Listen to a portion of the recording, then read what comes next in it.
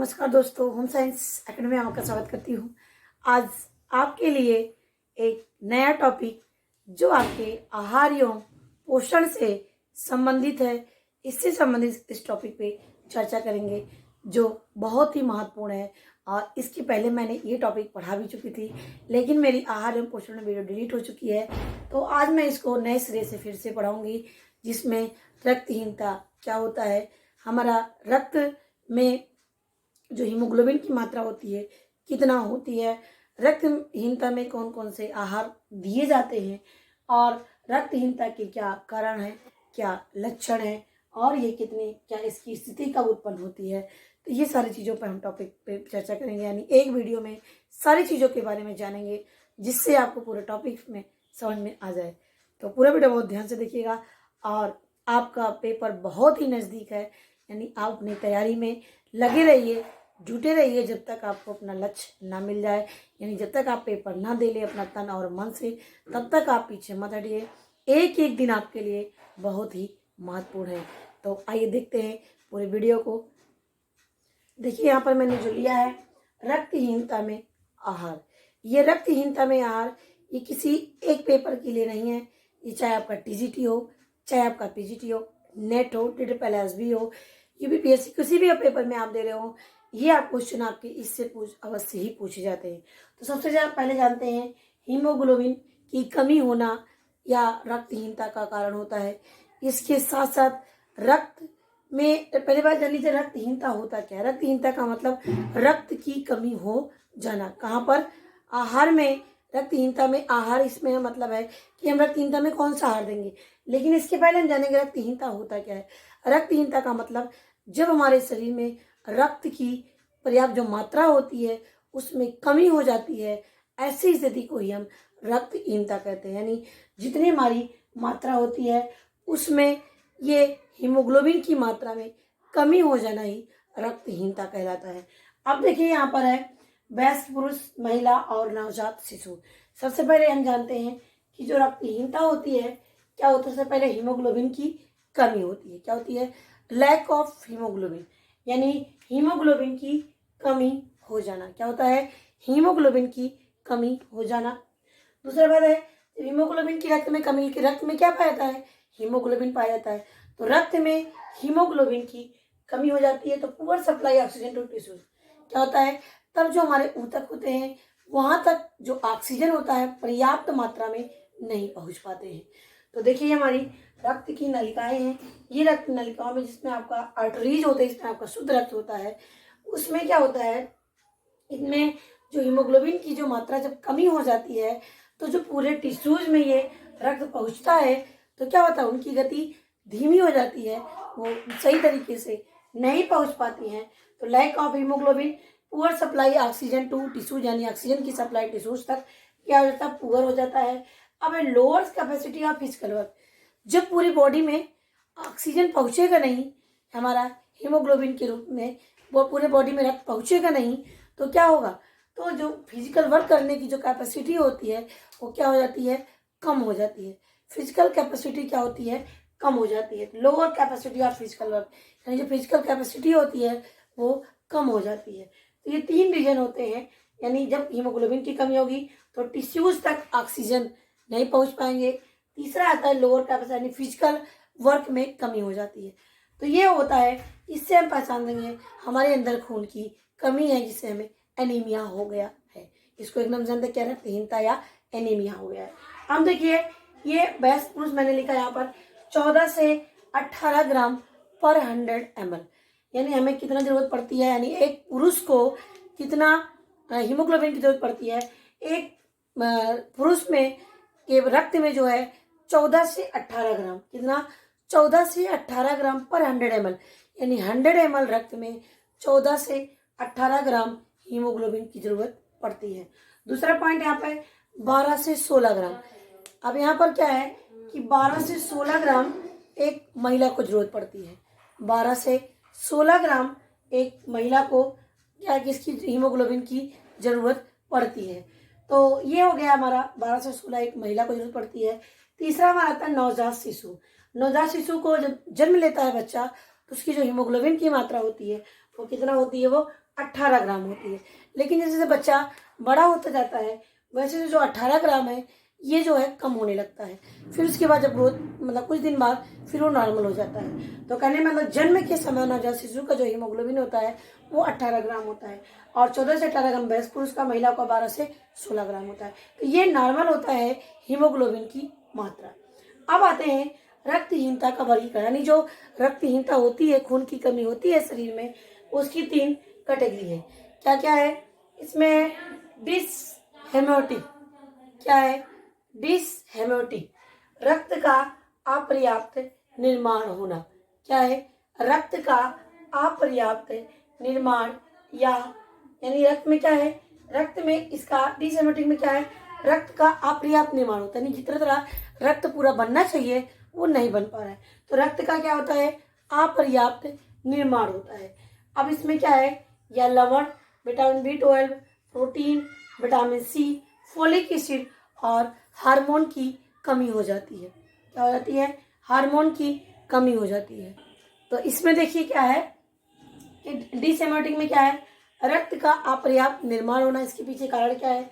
इसमें लवण, vitamin B12 यानी हमारे शरीर में खनिज लवण की कमी, विटामिन C की कमी, विटामिन B12 कमी, फोलिक एसिड और हार्मोन की कमी हो जाती है।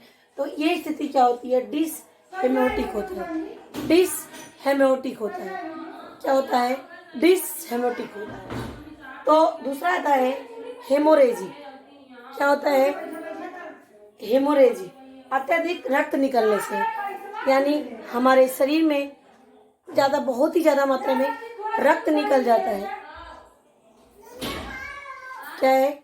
बहुत ही अत्यधिक मात्रा में रक्त के निकलने से क्या होता है? हेमोरेजिक हो जाता है। और ये कई कारण है, कहाँ से हो जाते हैं? मासिक स्राव से, यानी ब्लीडिंग से ज्यादा होने, यानी में जो साइकिल जो चलती है उसमें किसी किसी को बहुत ज्यादा ब्लीडिंग होती है, बहुत ज्यादा ब्लड निकलता है, तो उसकी वजह से प्रसव के समय हमें हार्निया हो जाने से पाचक रस जहाँ से निकलते हैं, इन पाचक रसों से रक्त ज्यादा निकल जाते हैं, रक्त निकलते हैं। तो ये दो स्थिति होती हैं रक्तहीनता का वर्ग, यानी पहला क्या वर्गीकरण में क्या है? डिसहेमोटिक हो जाता है। डिसहेमोटिक में क्या होता है? जब जो रक्त होता है ये इनका जो निर्माण जितना होना चाहिए उतना नहीं होता है, अपर्याप्त होता है, पूरा नहीं होता है। इसके पीछे ये कारण होते हैं। दूसरा हेमोरेजिक, इसमें शरीर से बहुत ही ज्यादा रक्त निकल जाना, मासिक स्राव, प्रसव, हार्निया, पाचक रस से। तीसरा आता है हीमोलाइटिक। अब हीमोलाइटिक में क्या है? अत्यधिक मात्रा में इंट्रावास्कुलर रक्तक्षय से होता है, यानी जो हमारी नसें होती हैं वहां से बहुत ही ज्यादा रक्त का निकल जाना होता है और ये आरबीसी में दोष हो जाता है। तीसरा आता है इसमें हीमोलाइटिक। हीमोलाइटिक में क्या होता है? अत्यधिक मात्रा में इंट्रावास्कुलर रक्तक्षय से होता है, यानी इसमें क्या है? बहुत ही ज्यादा इंट्रा जो वास्कुलर पाए जाते हैं हमारे, वहां से रक्त निकल जाते हैं। तो ये किस लिए निकल जाते हैं? जब आरबीसी जो होती है, हमारे लाल रक्त कणिकाएं होती हैं, उसमें दोष होने के कारण जो है ये हीमोलाइटिक रक्तहीनता हो जाती है। तो रक्तहीनता के 3 वर्गीकरण है, याद कर लीजिएगा, डिसहेमोटिक, हेमोरेजिक और हीमोलाइटिक। डिसहेमोटिक, हेमोरेजिक और हीमोलाइटिक। अब देखिए इसमें क्या था? अपर्याप्त रक्त का निर्माण होता है, इसमें अत्यधिक रक्त निकल जाता है, और हीमोलाइटिक में अत्यधिक मात्रा में इंट्रावास्कुलर के माध्यम से रक्त निकल जाता है, रक्त का क्षय हो जाता है। अब आते हैं रक्तहीनता की 3 कैटेगरी होती है। क्या क्या होती है? अब देखिए, जब रक्तहीनता कब होती है?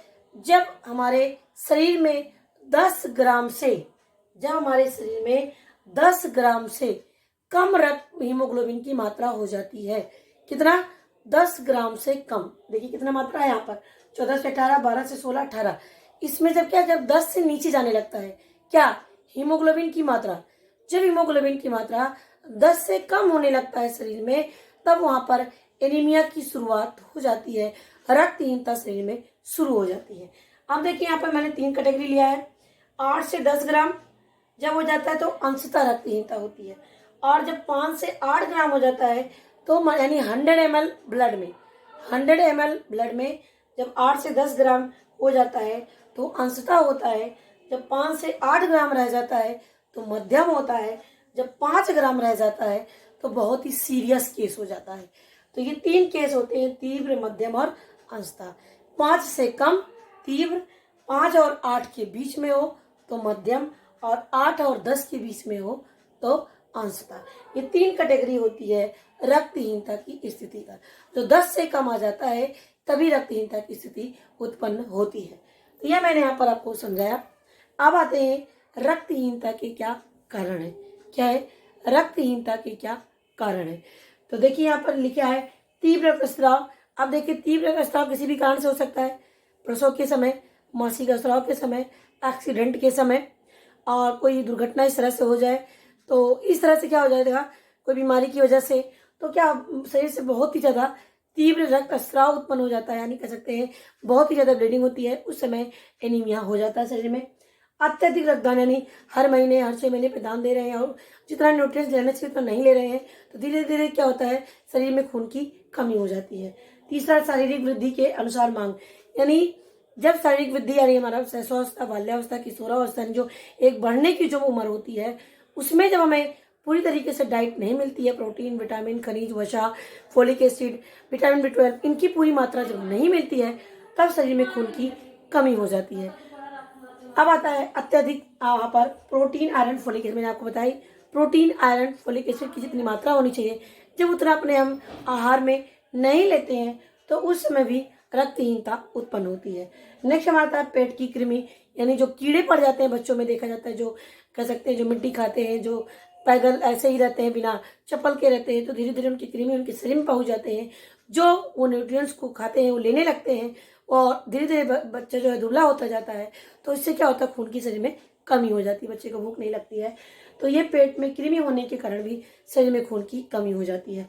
मलेरिया रोग के कारण भी शरीर में खून की कमी हो जाती है।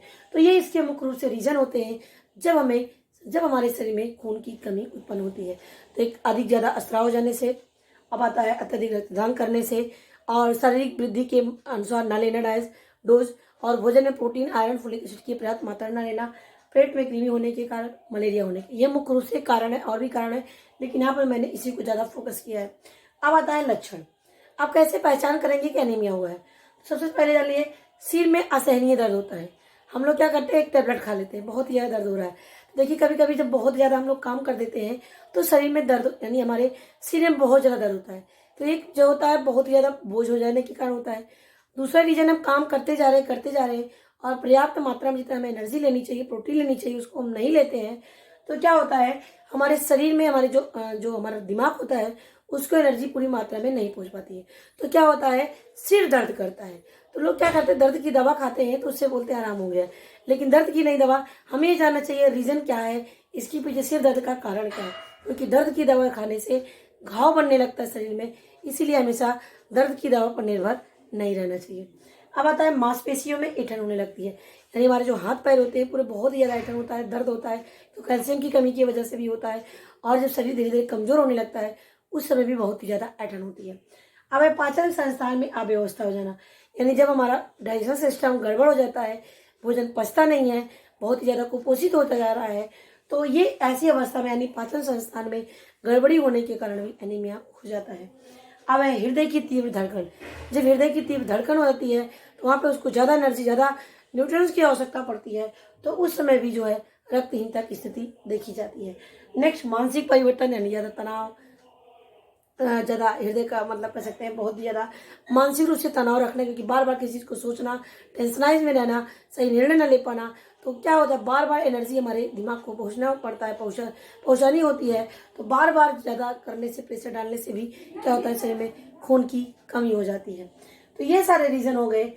क्या इसके लक्षण कैसे आप पहचान सकते हैं, और भी इसके जो है लक्षण क्या क्या है, इसमें और भी क्या मुख्य रूप से लक्षण है, जैसे भोजन भूख न लगना, और आलस्य होना, थकान लग जाना, बहुत जल्दी काम में मन न लगना, नींद आना, बहुत ही ज़्यादा नींद आना, थोड़ा सा काम कर लेना, थकान आ जाना, तो ये सारे भी आप पहचान कर सकते हो कि हमारे शरीर में कहाँ कमी है, किस चीज़ से हमें क्या समस्या उत्पन्न हो रही है, तो इससे भी आप जो है पहचान कर सकते हैं। अब आता है हमारा आहार।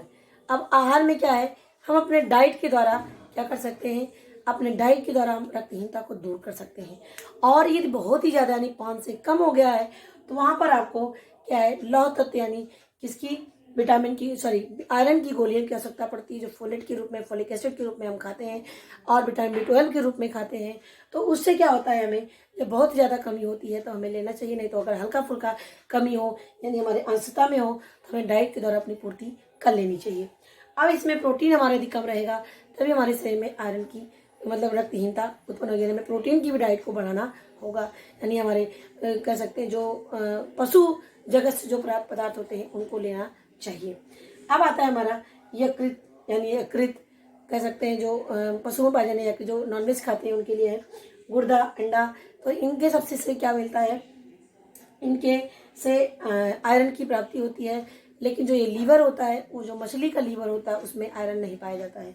अब आता है हरी पत्तेदार सब्जियों में और भी जो अन्य सब्जियां होती हैं उसमें पाया जाता है पनीर, मलाई और गहरे रंग के जितने फल होते हैं उसमें, और मेवे में आपके किशमिश बहुत ही ज़्यादा फायदा करता है। किशमिश, अंजीर, मुनक्का ये आयरन की कमी को पूरा करता है। और सेब, तो किशमिश मैंने यहाँ पे देखिए लिख दिया शॉर्ट फॉर्म में।